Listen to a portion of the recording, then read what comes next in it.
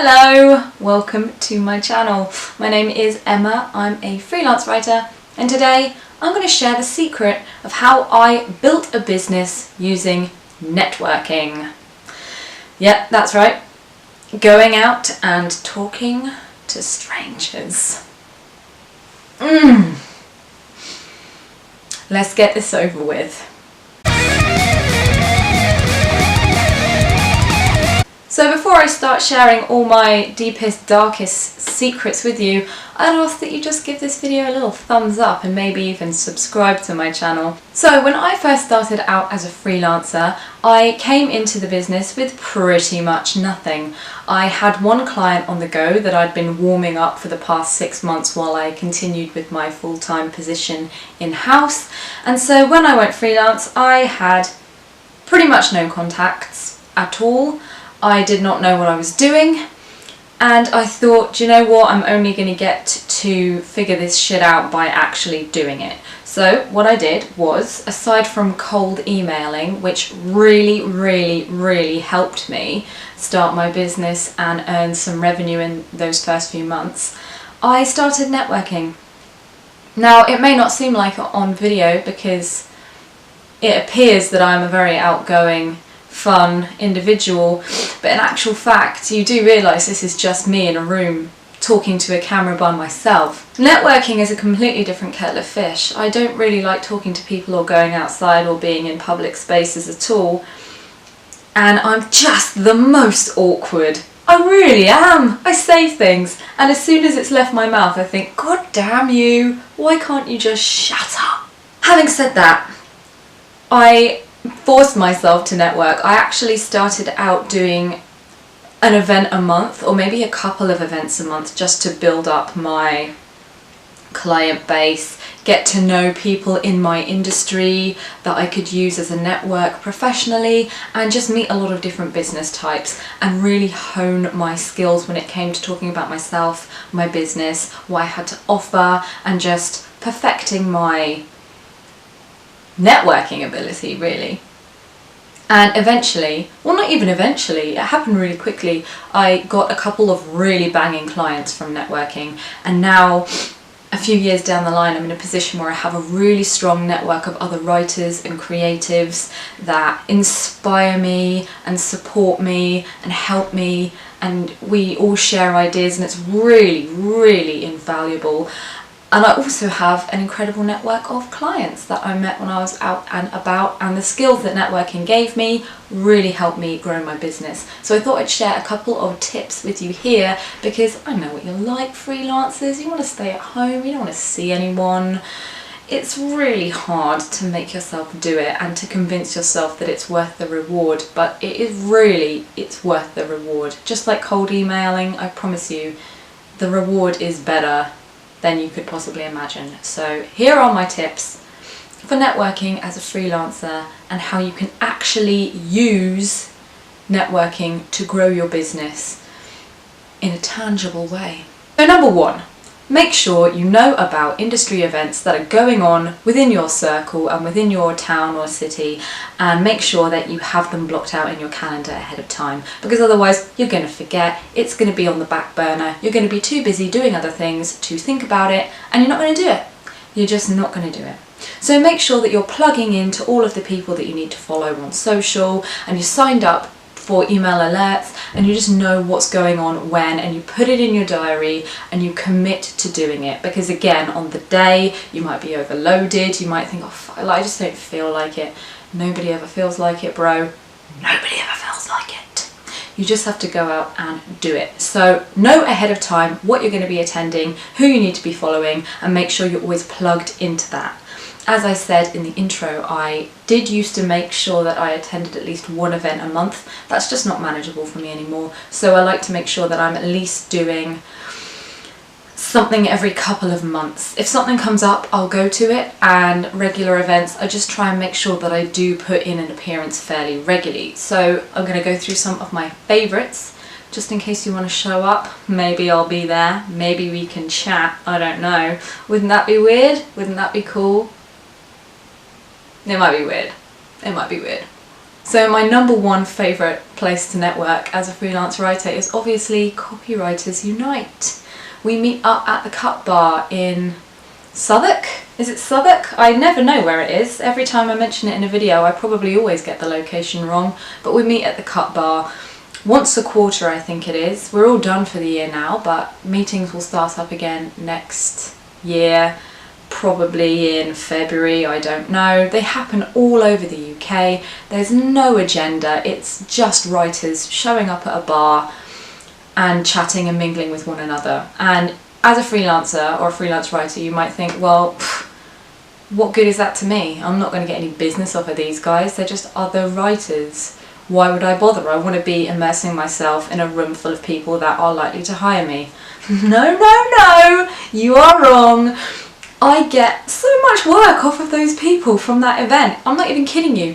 When a writer is approached with a job, oh, do you know anyone? They think, oh shit, well, my calendar's all booked out, but I know XYZ. I've met them in person, I'm familiar with their work, I know what they're like as an individual, I'm happy to refer them for the work. So aside from getting loads of great referrals from the people that I meet at these events, they also just pump me full of inspiration. They're great people to know, and I have, even now, I learn how to grow my business and structure my business and handle clients from them. Yeah, some of my most favourite projects and my best jobs have come from other writers. So don't neglect your fellow writers. Go to events where they are.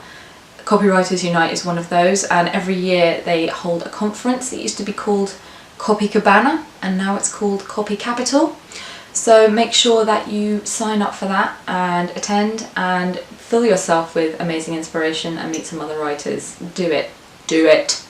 Another couple of favourites that I like to attend are the Enterprise Nation events.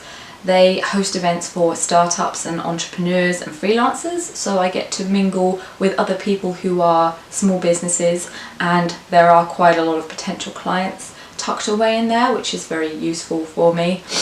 So that's another one to look out for. And also I'm a regular attendee of Good Girls Eat Dinner. Joe Wallace hosts it and gets a bunch of amazing speakers in, and it's always based around a theme, and it's really good inspo, and again you get to meet a lot of other creative people or political figures or small business owners, just people that are really amazingly inspirational in their field. And not only is that good for business, but it's good for personal inspo as well. So those are a couple of my favourites, but I would recommend just taking yourself off, have a little bit of a search around on the Google machine and find some events that you think will be really useful for you, get them in your goddamn calendar and make sure that you attend. That was really long, wasn't it? For point number one, that was quite substantial. So sorry about that. Point number two, when you're at a networking event, it's really tempting to go to the bar and stand there with your little drink and your phone and just think, well, I came out and I am here, so job done. Nah, mate, you've got to work that room like a bitch. So even if you start chatting to a certain group of people and it feels really comfortable and you're getting on and it's really great and you think, yes, the chemistry's here, I can chat away all night, that kind of defeats the point, doesn't it? Yes, you went, yes, you mingled, but did you mingle to the fullest potential? Probably not. So make sure that you're moving around different groups of people, chatting to everyone, really making the most out of the time and the space and the event, and just making sure that you are spreading yourself around, because that's why you're there. You're there to meet people. Traumatic as it might be, you got to prize yourself out of your comfort zone and just get chatting. So, I mean, I'm the worst. I really am the worst for that. It's all well and good for me to put it in here as a point. I'll talk to everyone. I really don't do it. In the early days I did it, but now I'm like, I'm comfortable. So maybe this is a point that I probably need to learn as well. Point number three, and this is really important, make sure that you fully understand your own niche as a writer or a designer or whatever it is you are, and you sell yourself using that information. When you're talking to people, you need to know who you are, what you do specifically and why that's great. So you need to be able to say something like, I'm a UX copywriter and I specialise in chatbot copy, or I write product pages for high-end retailers, or I'm a B2B writer and I specialise in white papers and case studies. And the benefit of this is that you are specifically selling not only your favourite thing to do, because everyone wants more jobs that they like, but also you are specifically telling them exactly what you do. So next time something comes up and they have a requirement for that, they think, oh, I met a UX writer, so I'll get in touch and find out if they're free, rather than, oh, I know a dozen generic copywriters and I'm just going to offer the work to the person that I liked the most. And then it becomes a popularity contest, and that's not helpful to anybody. That's just Big Brother or Love Island. So make sure that you pick a niche, know your niche, and sell yourself based on that during conversations that you have when you're out and about and you're working the room, because that's what you're going to do. Tip number 4. Don't forget to follow up. And I know that everybody says this on every single blog post or video ever made about networking. Don't forget to follow up. Take a business card. It's so true. What's the point of meeting all those people if you're not actually going to act on it? So I save all the business cards that I take when I'm networking, and the very next morning I head to LinkedIn and I go through and I add every single person systematically and send them a little message. Oh, it's great to meet you, you know, throw a little something personal in there, why not? You know, you were chatting to them, so I'm sure you've picked up a couple of tasty little details that you can toss in there. I also like to try and add them on Twitter, because that's the only social networking site that I use. And if anybody mentioned anything about a business lead or a potential job or whatever, then I will specifically message about that. Oh, I know you mentioned this, I'm really interested. If you want to send me the details, we'll get something in the diary. And again, when you approach that, I say this in pretty much every video I've ever done since the beginning of time, which is like last year. You need to get rid of any language that might be hesitant. You need to get rid of any copy that gives your recipient a way out. You need to specifically say, we will get a date in the diary, I am free on these dates, I am interested, get in touch. Not, oh, if you wanted to, like maybe we could, or you know, I might be interested, you know, if you might be, no, you spent all that time networking, you made yourself uncomfortable for this, go for it now. Be like, I would love to get something in the diary, here's the dates that I'm free, here's my number, give me a call, I'm free this afternoon. It's not pushy, I do it all the time, and I'm not a pushy person. Get a little bit feisty. Don't forget to follow up. Sometimes, nowadays, and I've noticed other people doing this, which is why I started doing it, I'm not normally a follower, but I thought this was pretty saucy. When you're chatting to them, add them on LinkedIn right then and there. Oh, are you on LinkedIn? Oh, can you just find it, add yourself, like, what's your name? And then you've done it. And it's not weird or awkward because you were there with them at the time. So when you're kind of rounding up the conversation and closing things, and be like, oh, I'm gonna head over there, but are you on LinkedIn? Like, I'll add you now. And then people are like, oh, really? Okay, like, you know, it's a nice way to end the conversation, which is always good. But it also gives you that way in to connect with them. My final tip should be obvious, but as an antisocial person, it is effort. And that is to continually engage with the people that you have met, especially if you've got a really great connection with them, or shared interests, or shared clients, or whatever. Make sure that you're chatting to them whenever you see them posting on LinkedIn or Twitter or Facebook or wherever you're at, I don't know. Make sure that you're like, oh, hi, you know, how's it going? Oh, this is great. Oh, I loved it. And then you're still engaging with those people. Not only are you keeping that lead nice and warm, but what's the point of, you know, chatting to them and adding them if you don't give a shit about them after they've gone from your life? Okay, so we're at the end of the video, and I'm going to quickly go back over everything I just said, because you may have just skipped through the video to get to this point, because I talk a lot.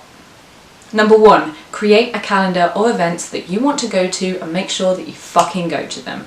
Research what's interesting and beneficial to you, making sure that you're not only going to things where you're going to get clients, but you're also going to things where you're mixing with like-minded people in the same industry as you. Number 2, work the room. Make friends. Don't just stay in one corner or stay at the bar or look at your phone. That shit's rude as fuck, man. Move around, chat to everybody, make sure that you're nice and that you're interested in what they have to say and all that shit.